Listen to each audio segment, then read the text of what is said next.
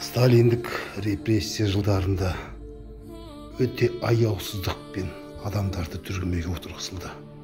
4 миллионға жуық адам отырса, соның 1,5 миллионы Қарлақта отырған еді. Оның ішінде, бұл азаптың ішінде балалар да бар. Маменькина моласы деп аталады. Мұрағат деректері бойынша Қарлақ лагерінде 1941-1944 жылы 924 бала қаза тапты дейді. Ал 1950-52 жылы 1130 сәби қаза тапты дейді. Қыстың күні бұл жалмауыздар өлген балаларды өшкеге сала береді екен. Өшке әбден толғанда домалатып апарып көміп тастайды екен осы мамочкина моласына. Енді ойлаңыздаршы, ал 30-40 жылы қанша бала өлді? Не деген сұмдық, не деген айуандық әлемде болмаған. Мамочкина моласы. О жаққа барсаң самал жел әрқашан соғып тұрады. Түнде барсаң жүгірген балалардың жүгіргені, күлкілері, зыңдап жылағаны, айғайлары естіледі дейді.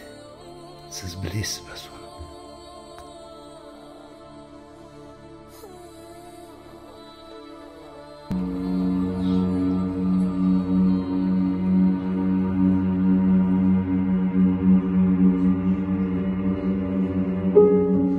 Кімге ол күннің о бала? Балалығы нұрлады, қызықтарын тулады. Ессіз ғасыр адамзаттың алдында жауап берген жоқ әлі.